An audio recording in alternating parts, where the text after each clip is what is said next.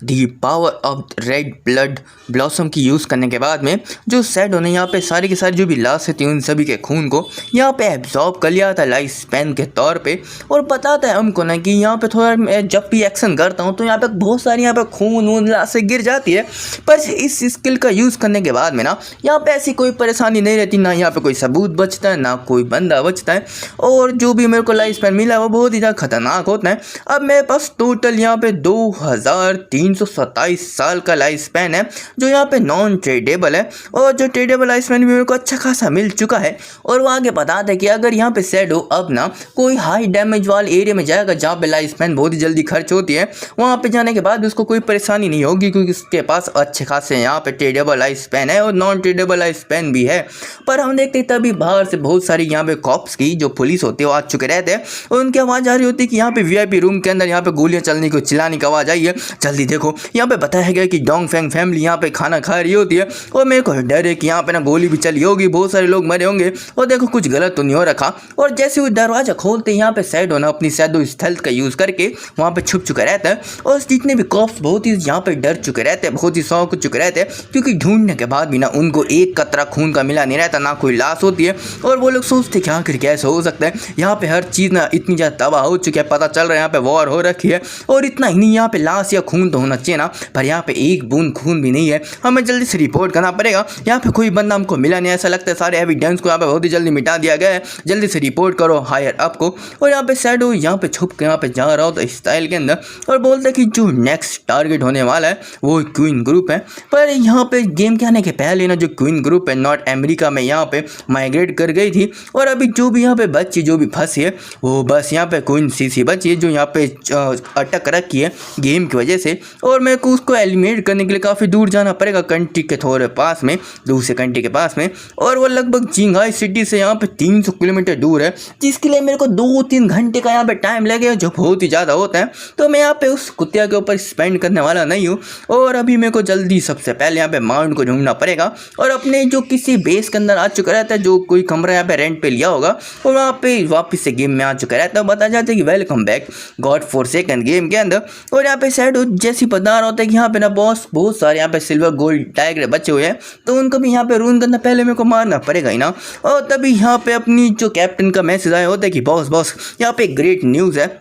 और यहाँ पे शैडो पूछते क्या आखिर बात क्या है, तो जो कैप्टन होते बोलते कि जाओ ही ना, उसको यहाँ पे एंटिस का टॉम मिला है। ऊपर वहाँ पे ना एक गोल्ड टायर का यहाँ पे गोस्ट गार्ड था, तो इसकी वजह से हम उसको हरा नहीं पाए, हम बहुत ही मुश्किल से भागे।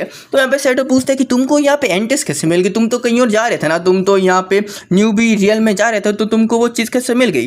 तो जो कैप्टन होती है वो बताती ना कि हम ना जब यहाँ पे जा रहे थे ना इस स्टार्टिंग टाउन के अंदर, तो गलती से हमने कोई अलग रूट ले लिया था और हमें तो पता चला कि यहाँ पे ना कमजोर मॉन्स्टर बचने की वजह से यहाँ पे ना हमारा एक जो साथ यहाँ पे गायब हो चुका था। और गैस कीजिए कौन था, वो यहाँ पे लिटिल ब्लैक थी। और ये बहुत ही ज़्यादा और ये बहुत ही ज़्यादा यहाँ पे एम्बेरेस वाली चीज़ है कि वो बंदी हमको यहाँ पे एक गड्ढे के अंदर गिरी हुई मिली थी।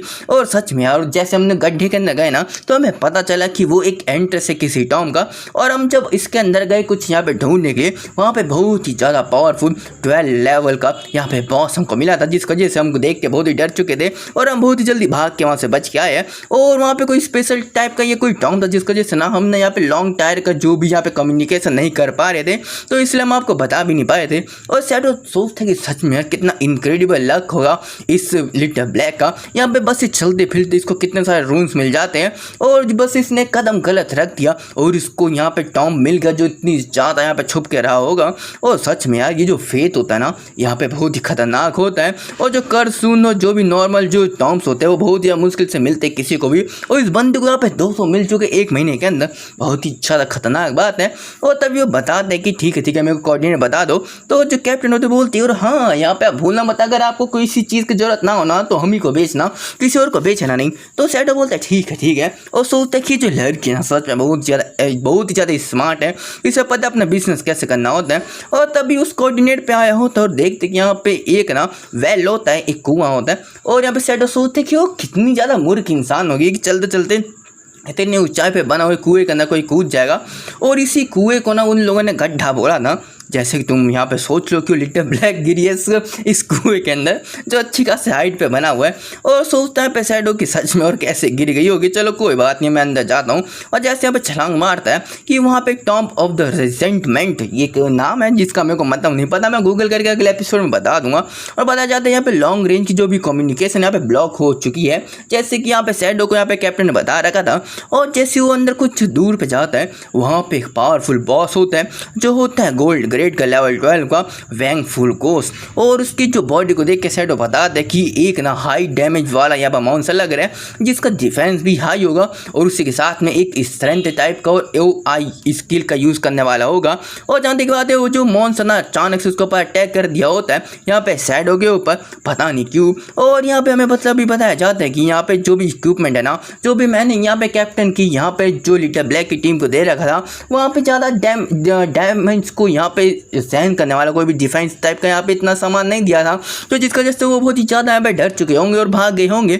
और वैसे भी मेरे को यहाँ पे बहुत ही परेशानी होगी कि मुझे जहाँ तक लगता है कि अंदाजे पे तौर के गैस मैं करता हूँ कि इसका एक ही अटैक ना लगभग मेरा 1/4 यहाँ पे जो शील्ड का डैमेज को यहाँ पे ख़त्म कर देगा। तो मेरे को भी यहाँ पे वो भी किसी भी तरह का रिस्क लेने का है ही नहीं और मैं यहाँ पे मरना नहीं चाहता। और तभी ग्रेसफुल रिलीज का यूज़ करता है इंसेंट शैडो स्लैश के साथ में और बहुत ज़्यादा डैमेज दे दिया होता है, पर वो मॉन्स्टर यहाँ पे मरता नहीं है। पर यहाँ पे ना जो पैसिव स्किल था जो यहाँ पे थो करके डैमेज देता है उसकी वजह से जो मॉन्स्टर यहाँ पे मारा जाता है। और तभी उसका एक हिस्सा ना पे शैडो के पास में आता है और सोचता है कि चलो देखा जाए कि इस बंदे के पास में क्या चीज़ हो सकती है मेरे लिए।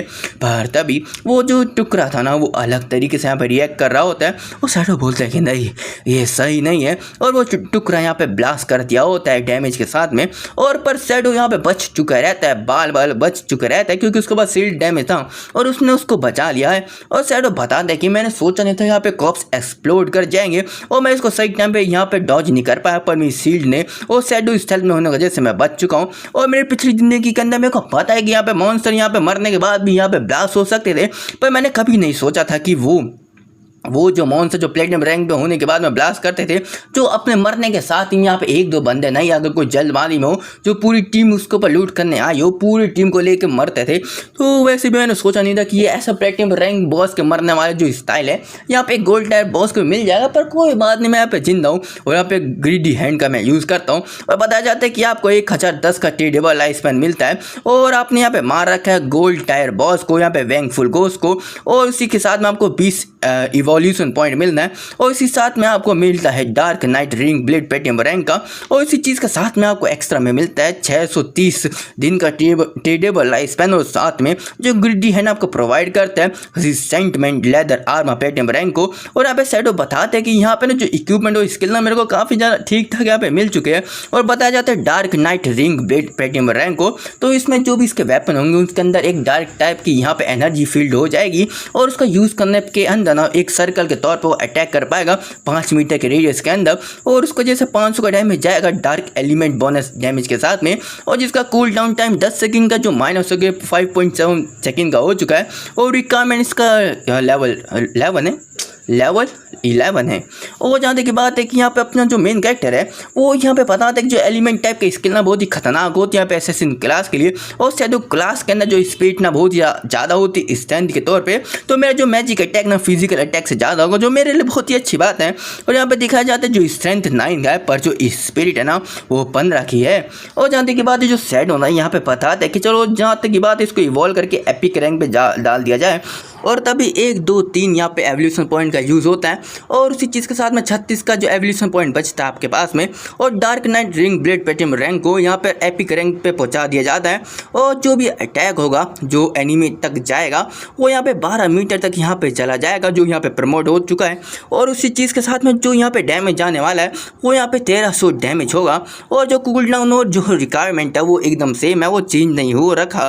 और शैडो बताता है कि उसका जो एवोल्यूशन करने के बाद में जो यहाँ पे जो पहुँचाने वाला जो मीटर है ना वो लगभग लगभग 12 मीटर तक पहुंच चुका है डैमेज को, और यहाँ पे जो डैमेज है वो 1300 पॉइंट तक इंक्रीज हो चुका है। और इसी चीज़ के साथ में क्योंकि ये एक ऑल माइटी अटैक है, मतलब कि ऑल रेंज पे अटैक कर सकता है, तो इसका जो डैमेज ना ये इतना ज़्यादा तो नहीं है, पर फिर भी यहाँ पे इंसेंट शैडो स्लैश के हिसाब से ना ये बहुत ही ज़्यादा अच्छा है।